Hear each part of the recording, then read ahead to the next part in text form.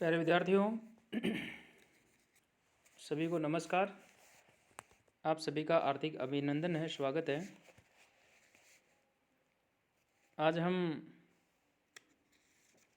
श्रीमद् भगवद गीता में जो तृतीय अध्याय है उसका 20वां पद्य है, उसका अध्ययन करेंगे। चूँकि समय कम रहता है इसलिए डायरेक्ट जो है हम पद्य की ओर बढ़ते हैं। कर्मण्येव हि संसिद्धिम आस्थिता जनकादयः लोक संग्रहम एव अपि संपश्यन् कर्तुमर्हसि। जनकादयः कर्मणा एव हि संसिद्धिम अस्थिताः लोक संग्रहम संपश्यन् अपि कर्तुम एव अर्हसि। जनकादि कर्मणा एव संसिद्धिम, यानी जनक आदि जो ज्ञानी जन हैं वो भी संसिद्धिम आस्थिता, आस्थिता का मतलब होता है प्राप्त हुए हैं। यानी जनक आदि जो ज्ञानी जन है वो भी आसक्ति रहित जो है कर्मणा, कर्म के द्वारा ही जो है संसिद्धिम यानी परम जो सिद्धि है उस परम सिद्धि को आस्थिता अर्थात प्राप्त हुए थे। ही इसलिए लोक संग्रहम संपश्यन अपि कर्तुम एव अर्हसि, लोक संग्रह को देखते हुए भी तू कर्म करने के ही योग्य है, अर्थात तुझे कर्म करना ही उचित है। यहाँ जन की इत्यादि का उदाहरण दिया। उदाहरण देते हुए कर्म करने के लिए जो है भगवान श्री कृष्ण जी के द्वारा अर्जुन को जो है प्रेरणा दी गई।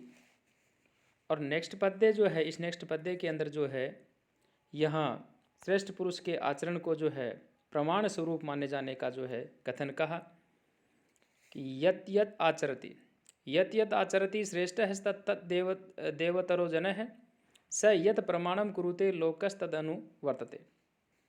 श्रेष्ठ है यत यत आचरति इतरः जन तत्त एव स है यत प्रमाणम कुरुते लोकः तत् अनुवर्तते। यानी जो श्रेष्ठ है, जो श्रेष्ठ पुरुष है, यत जो आचरति आचरण करता है, इतरः जन है अन्य जो पुरुष हैं वो अन्य पुरुष भी, तत्त यानी वैसा वैसा ही जो है क्या करते हैं, अर्थात तत्त एव से अर्थात वैसे वैसे ही वो आचरण जो है करते हैं। यद प्रमाणम कुरुते लोकः तत् अनुवर्तते, अर्थात कुछ प्रमाण कर देता है, वह जो कुछ प्रमाण कर देता है, श्रेष्ठ पुरुष जो कुछ भी प्रमाण कर देता है, समस्त मनुष्य समुदाय जो है उसके अनुसार ही जो है बरतने लग जाते हैं। कहने का तात्पर्य ये हुआ कि अन्य जो मनुष्य समुदाय है वो भी जो है उसी के अनुसार जो कर्म है उस कर्म को यानी कार्य जो है उस कार्य को करने लग जाते हैं।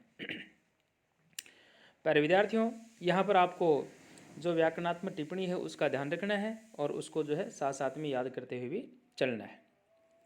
22वां जो पद्य है यहाँ पर अपना स्वयं का उदाहरण देते हुए कर्म करने का कथन कहा और वो कह रहे हैं न मे पार्थास्ति कर्तव्यम त्रिषु लोकेषु किंचन नान वाप्तव्यम वर्त एव च कर्माणि।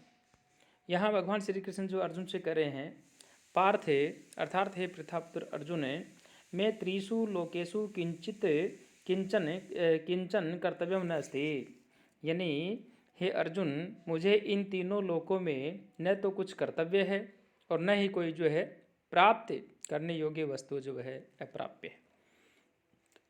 अस्ति न अनवाप्तम अवाप्तव्यम न, यानी कोई भी जो वस्तु है, कोई भी वस्तु प्राप्त करने योग्य वस्तु जो है वह अप्राप्त है।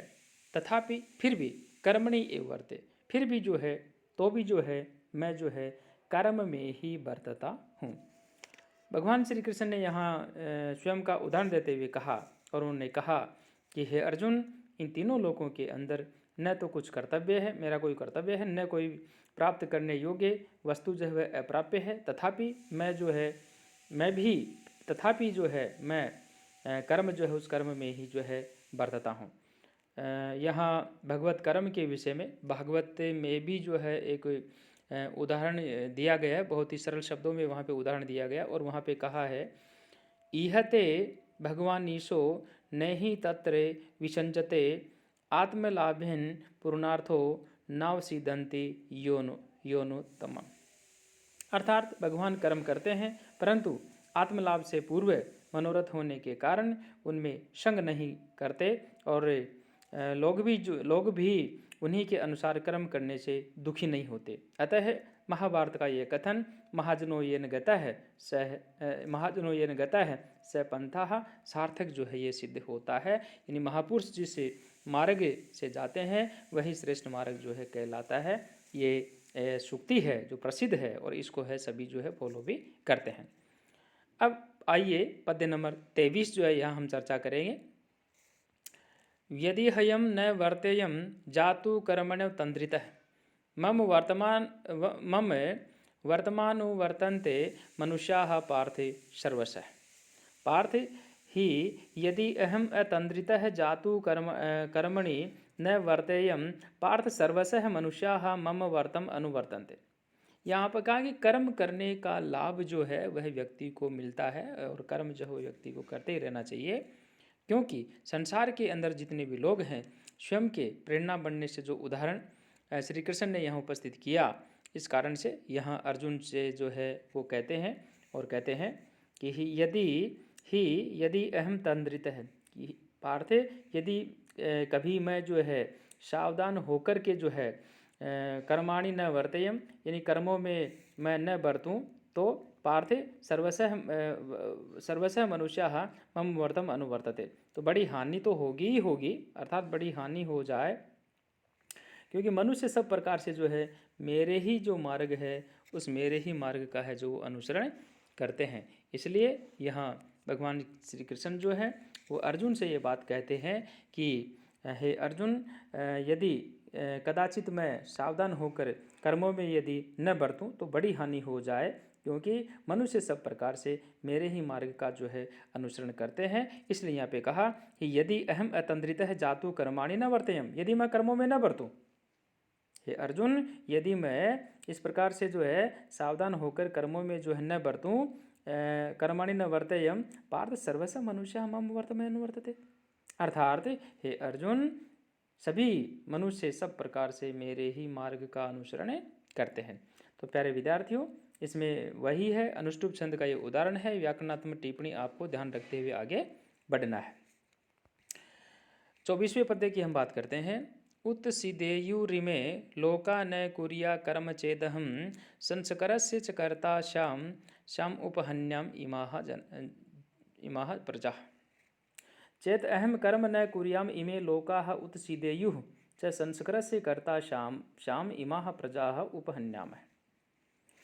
यदि चेत अहम कर्म न कुर्याम, इसलिए यदि मैं कर्म न करूं, इमे लोकाः उत्सीदेयुः, इन समस्त प्रजा को जो है यहाँ यदि मैं कर्म न करूं तो ये सब मनुष्य जो है इमे लोकाः उत्सीदेयुः, समस्त मनुष्य जो है ये क्या है, अर्थात नष्ट भ्रष्ट हो जाए।